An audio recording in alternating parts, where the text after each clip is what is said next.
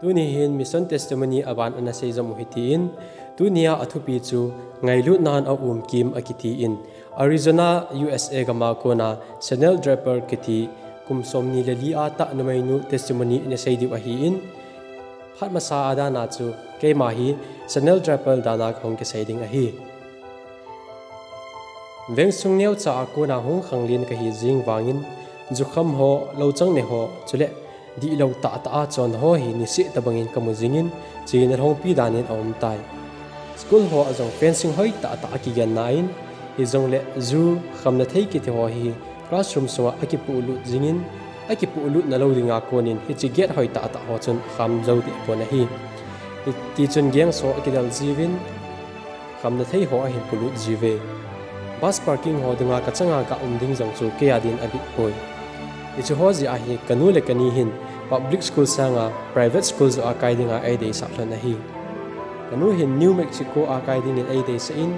izong le waiting list la ka zawji in ai thaipon isi chu New Mexico mama a school chom khat ka vekit uven a hi le nading mun a asat jab ji chun ai thaiki poi azona ke in pasu pi ho cha te mi ni hi Holbrook 7-day Adventist India School a kai ti thu kanu in a hen jado tan ji chun hi school mun hi ko namun awa konin gam ha jab jong le kanu le kani in adei sa than je in islaim school a kai ding ka tai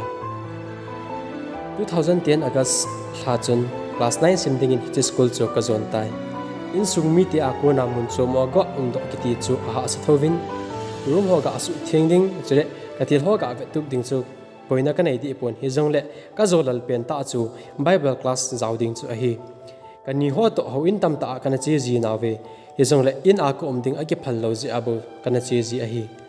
kani hon ho in tam ta in pu win vacation bible school azong in pu ji win hi a hin la bible simding dan ka henai poi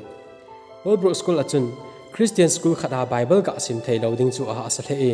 hin la phat achal ta dung zuin olin jesu thu ka hin he thiam pan panin in khowa anato dan ho ka hin he thiam che che tai iti chun kalong thim jesu adin kapitai umli zowin Holbrook Indian School akon chun graduate ka saitan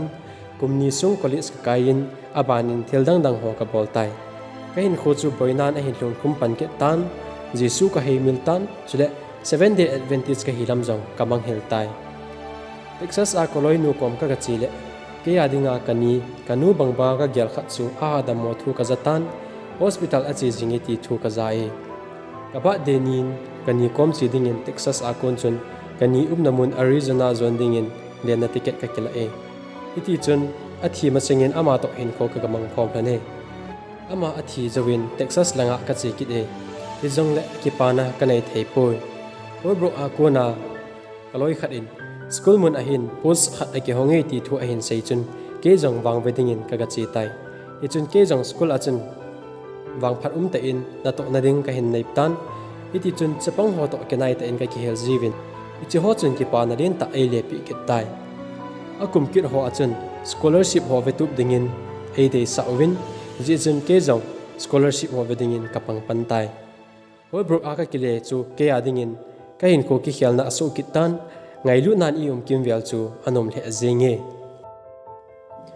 dunia mission testimony sei naw he chan chu hin tin zildo thaitam pi jong le zildo ding in point khat ka hin sei nom kinin chi chu pi ham ti le dunia testimony sei pi nu banga hi e hon iki het pi mi ho jong tam pi ding a hi in school muna ham ai lo le au bu mi tel a laya hat ta apang paten thu di hema ma mi tam pi omin a hin la akhulang ham a hi lo le school a ko na apo do ham ting le i chi athu di het na ho chu don se a koi telowa ama lam pi a chi mi tam pi ding he su ke yuvin ke in jong ka he nang hon jong he diu a hi in e ji a chu amo ho bung songa hin le pui kit na dinga hi nang le ke in jong pan mun lin ta ine ye ti isu min lo di vin ki dai sa na hi ita chu amo le pui kit na dinga chu ipi ka bol thei ham amo ko ma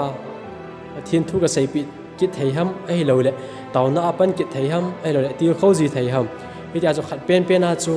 pan na inei theu hi ti hi chinu testimony a ko na chu izil do theu hi in ama nu testimony a chun hi chi aloi nun hi chi a school mun wa chun le ko ta hi le ama chawa mang pai ding a hi ta in ja chu tu ni a jong hi hon eloi ipai ho hi til kho na enei ki lo wa alungu idal lo wa hele amo jong wa amang pe pe diu a hi ji chun tu ni testimony akuna hen ki hen na nei yo hitin